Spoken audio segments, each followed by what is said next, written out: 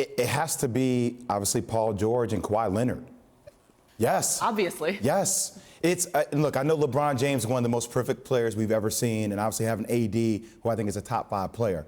But thinking about the way that Kawhi Leonard has just played this past season, winning a championship, being a finals MVP, and then bringing Paul George to the table, a guy who was in the MVP conversation, 2 lockdown defenders, they complement each other extremely well. Obviously, you saw what they had right there, 16% chance to win the whole thing. I think that's because you have 2 guys who are 2 great defensive players, and then also 2 guys who are very clutch offensively as well. I'm not mad at you at all, but think about it like this. Paul George was 3rd in the MVP race.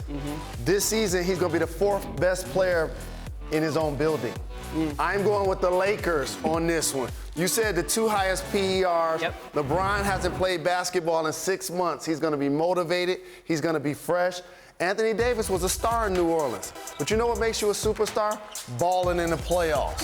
He's going to get a chance to do that now. He's going to elevate himself. He's going to be amongst the league leaders in points and rebounds. LeBron James, the same exact thing. They have something special going in purple and gold. You weren't a defensive guy. You didn't At all. That's what I'm saying. I didn't mention that word once.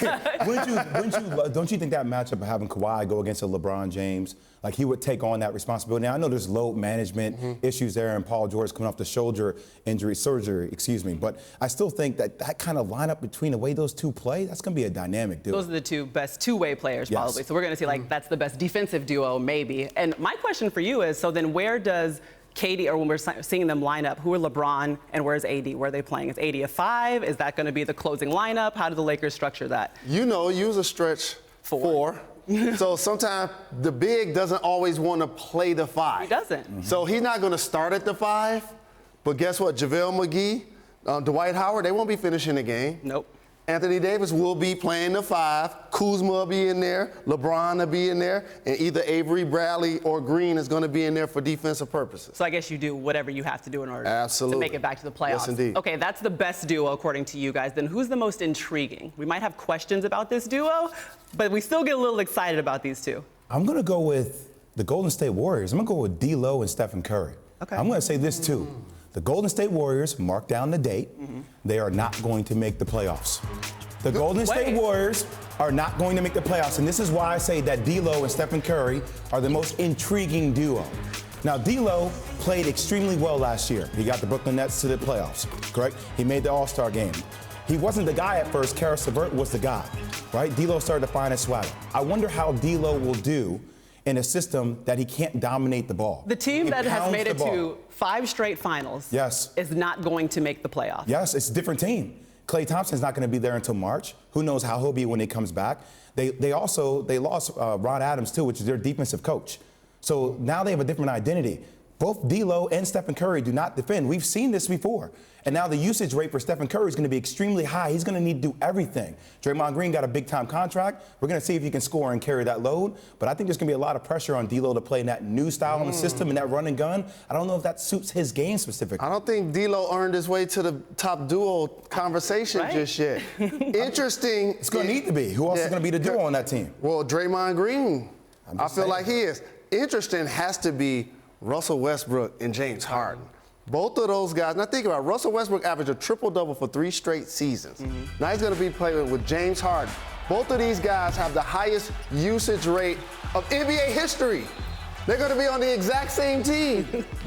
And the personality that Russ plays with, the fire that he plays with, and sometimes the non-efficient game that he plays. And so what is he going to be doing when James Harden is dominating the ball in isolation situations? Spotting up is not the best thing that he does. They're both top 4 in touches and isolation plays. But can they, I feel like we didn't see it much with Harden and Chris Paul. Can they play and have a play run for them where both of them are getting a touch, where they're assisting one another? Does it have to be this is your isolation play, next play this is you, Westbrook? Does it have to be on and off again? James Harden has to change. One thing I would like to see from his game is for him to play off the ball some.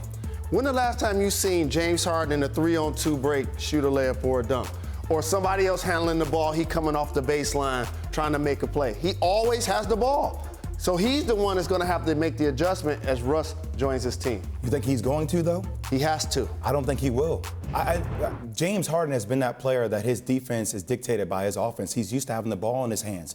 I've seen you talk about this multiple times. There are plays he just takes off when he's not involved in the offense. He'll just stand, right? That's who James Harden is. Now, I think Russ can help with that because you have two guys that can create a lot of different passes and plays. But still, it comes down like they're demonstrative attitudes. This can be great, or this can be really, really bad.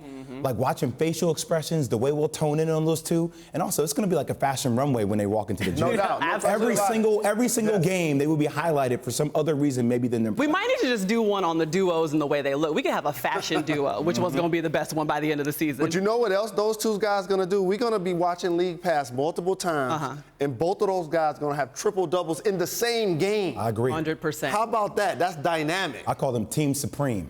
Okay, That's Team Supreme. right I like there. that. Combined, they have 8 50-point triple-doubles just by themselves. The rest of the NBA has 6 total, so that's what we might be seeing throughout the season. Okay, the duo thing isn't new, though, so I wanted to get you guys' take on the best ever NBA duo in, like, history. See, I got the little foot joint right here because Okay. I'm a little guy, right? So I don't like my feet swinging, not hitting the ground. I'm like Kevin Hart tip, but I like the little guards, right? So for me growing up, I didn't think I was going to be 6'6" like Michael Jordan. I didn't think I was going to be 6'9" like Magic. I had Isiah Thomas and Joe Dumars. Like the way they played, you're a Detroit guy, the bad boys, the way they brought that pain and the way they played each and every day, they drew that line in the sand, and plus the way Joe shot that ball and the way Isiah danced with the ball, that mesmerized me as a kid. That was my answer as well. Really? Absolutely. The bad boy. Yeah, you were giving me a weird look about it. No doubt about it. Because I'm Pippen and Jordan. Yeah. Let's talk about people that won championships together, like back to back to back to back to 2 Oh, wait. Thanks for watching ESPN on YouTube. For more sports highlights and analysis, be sure to download the ESPN app. And for live streaming sports and premium content, subscribe to ESPN+.